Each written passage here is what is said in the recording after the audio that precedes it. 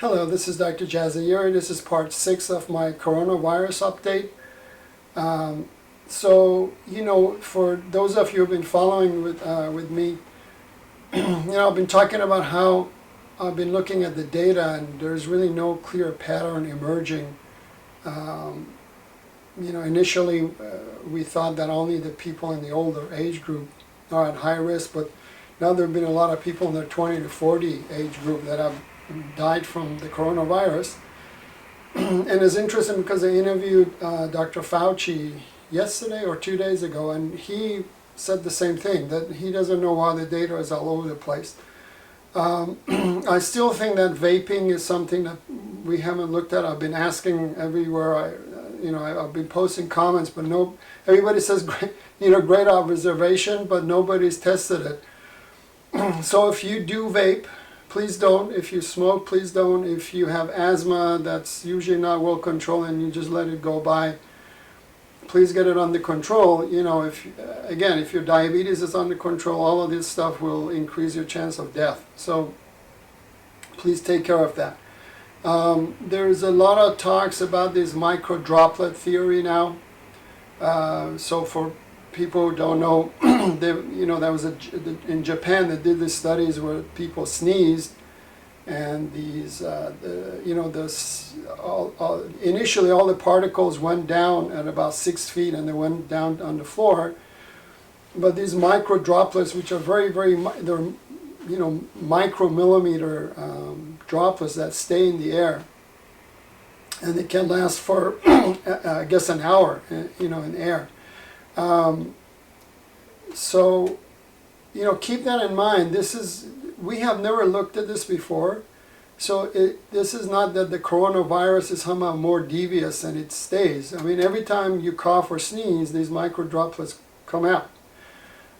So what's the significance of it? Well, that's the $1,000,000 question. We just don't know. The problem is, theoretically, if there is a chance of infection, obviously you have the highest chance of getting infected in a room where there's no air circulation. It's because these micro droplets just kind of stay, in one area for about an hour. If you're outside or the air conditioner keeps running, obviously there's air circulation. That's probably not an issue. So all I can tell you is the hospitals that I go to now have mandated that we all wear surgical masks, and that the masks are only good for 1 day. But it's interesting, I didn't know that could be done. We have reprocessing bins where we can drop the masks in there, and I'm not sure what they do with it. I'm hoping it's just as effective. But I guess we can reuse this mask. I guess they do something to it. So the other thing I wanted to talk to you about is now we have about 1,035,000 confirmed cases in the world, as globally, and about 55 deaths, again, globally. So this comes to about 5%.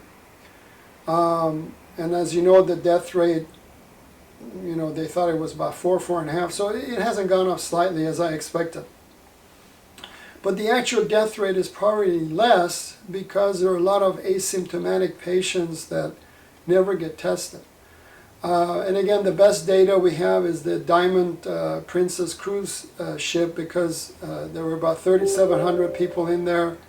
I'm sorry, that was my computer. 3,700 people in there. Everybody got tested. And so we have very accurate data. So if you recall, 20% of those patients were tested positive and 8 died for a death rate of 1.1%. So I think the actual death rate is probably more closer to the 1% than the 5%. But, worst case scenario, even with a death rate of 5%, if you do catch this virus, you still have a 95% chance that you're going to survive. So, I just want you to look at things differently. So should you wear a mask? I mean, it can't hurt. I mean, it's not like you're taking some medication and may have side effects. There's really no side effects to wearing a mask.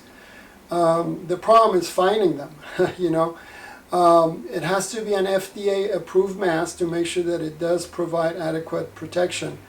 These bandanas and the, I don't know how you pronounce it, baklava? It sounds like baklava. It's a Turkish, basically, mask that you wear. Again, we don't have any data if they're effective. So, you know, if you want to wear it, it's probably better than nothing, but it may not do anything for you, to be honest with you. So, should you practice stay-at-home guidelines? Absolutely. This is the only weapon we have at this stage against this virus until the vaccine comes out. Should you wash your hands when you touch your face? Absolutely. Should you act cuckoo? Well, no, don't act cuckoo. And that's what a lot of people are doing. That's my concern. You know, these micro droplets now is making everybody crazy. Oh, you can get it even if people breathe. Well, if you stay home, I mean, it's very simple. The problem is solved. Just stay home. And if you want to go out, you know, just go out to areas where there's a lot of circulation. You know, I mean, it's not that difficult. So, you know, that's the latest news that's going on with this virus. And again, I know the stay-home policy, President Trump said until April 30th, but I'm hoping, I have a feeling they're going to extend it another month, and I really think we should.